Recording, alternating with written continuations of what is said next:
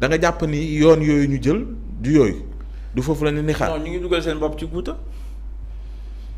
Ah oui parce que la ñu wax loolu la ñu waxoon il y a 2 ans ce discours n'a pas varié ñoom ñi ngi seen stratégie. xanaa doo leen wax ñu reculer.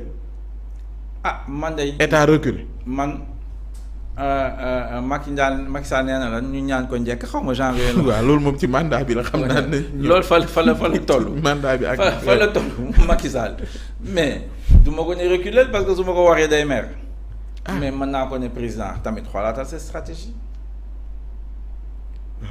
avec tout le respect que je vous dois yow mënoo ne je vais réduire l'opposition à cette simple expression yi ci liggéey ni da ngay tëj da ngay kepp parce que moom gouvernance par kepp lay def da lay kepp day wut dossier ci yow kepp la su la keppee nag mu jël buum bi yow ko xëcc la nag ne la ñëwal toog ñu dialogué muy reetaan parce que xam na ne kepp na la ba pare.